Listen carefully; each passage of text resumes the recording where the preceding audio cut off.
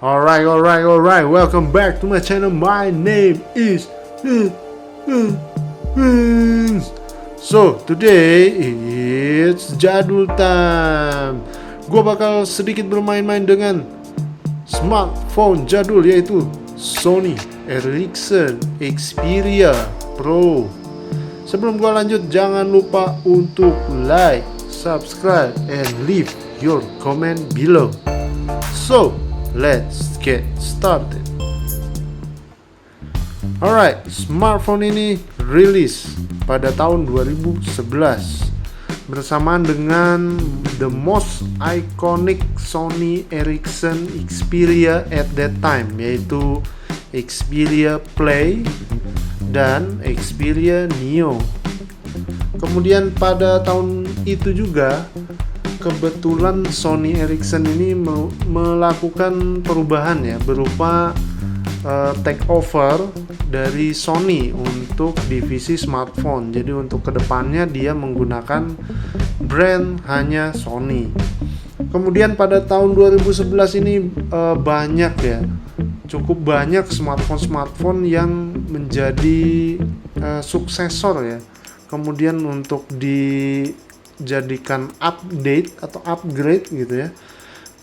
Ada beberapa contoh yang bakal gue sebutin. Yang pertama mungkin Apple iPhone 4S, kemudian Samsung Galaxy S2, kemudian Samsung Galaxy Nexus, kemudian BlackBerry Bold Touch 9900 atau yang kita kenal sebagai Dakota, kemudian HTC Evo 3D, kemudian HTC Sensation, kemudian Nokia Lumia 800 dan Nokia X700. So langsung aja kita ke smartphone ini. Jadi Sony Ericsson Xperia Pro ini memiliki berat sekitar 142 gram ya, dengan form factor yaitu slider keyboard seperti ini. Slider keyboard dengan supportnya mini SIM ya. Kita lihat dari depan, sebenarnya ini bentuknya agak membulat ya. Kemudian ini ada earpiece, ada kamera depan dan beberapa sensor. Kemudian ini ada tombol back, tombol home, dan tombol menu.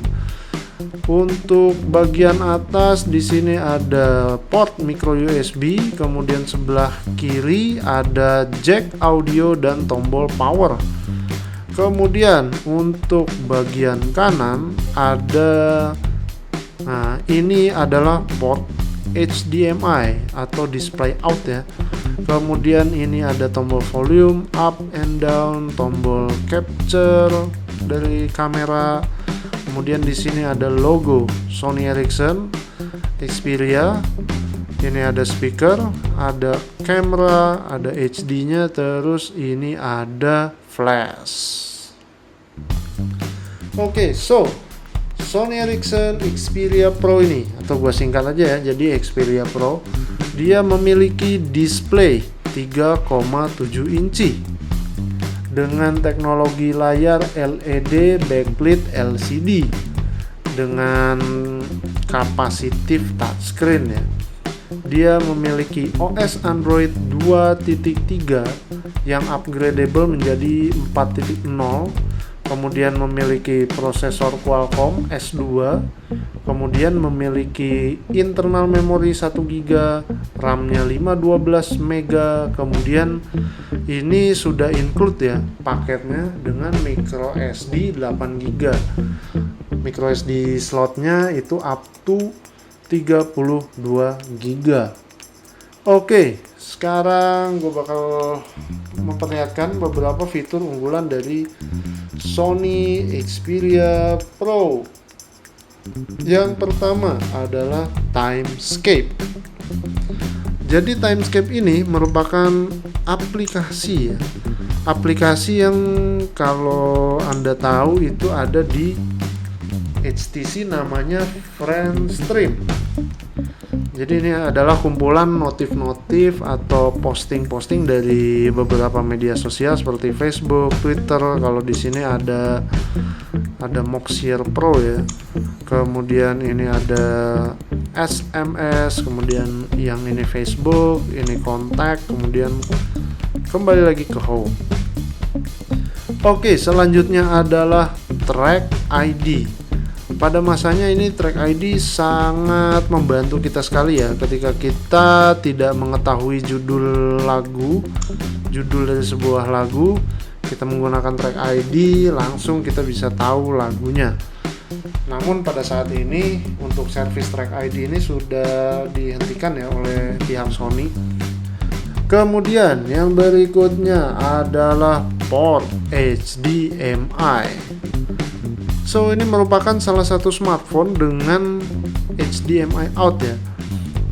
Jadi kalau Anda ingin presentasi menggunakan HP saja dengan kabel, cukup membawa HP ini dan kabelnya gitu. Jadi sudah praktis lah ya untuk menggantikan laptop. Kemudian dia support DLNA media server. Jadi itu merupakan sebuah aplikasi untuk sharing ya. Jadi dari TV Anda itu bisa mengakses beberapa gambar yang ada di smartphone, kemudian video dan musik. Contohnya seperti ini.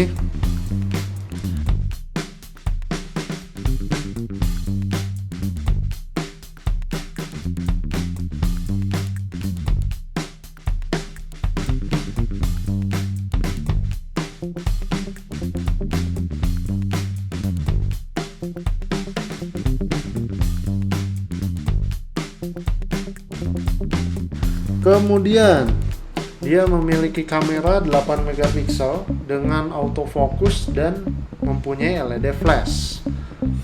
Kemudian juga dia memiliki kapasitas perekaman video itu 720 piksel ya. Kemudian dia memiliki kamera depan VGA.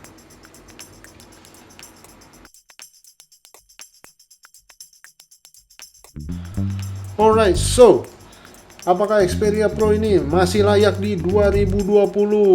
Itu semua tergantung Anda. Kenapa layak? Yang pertama mungkin dari bentuknya, dia klasik ya. Kemudian jarang sekali orang yang menggunakan Xperia Pro ini, apalagi di tahun-tahun sekarang. Kemudian dia masih memiliki physical keyboard, bukan masih ya, dia memang memiliki physical keyboard. Itu sangat membantu sekali untuk Anda yang lebih suka untuk mengetik ya. Mengetiknya itu menggunakan hardware. Oke, kemudian selanjutnya ini merupakan salah satu smartphone yang menggunakan HDMI out atau enggak port ini ya, port display out ya. Jadi sangat memudahkan sekali kalau Anda misalnya mau connect ke proyektor untuk presentasi gitu ya. Oke, kenapa tidak layak? Yang pertama adalah HP ini atau smartphone ini sudah tua. Kalau sudah tua, yang menjadi consideration adalah safety issue. Kemudian yaitu jaringannya, dia maksimal itu sampai HSDPA atau 3G. Kemudian dia memiliki internal memory yang kecil ya kalau misalnya menggunakan aplikasi-aplikasi sekarang.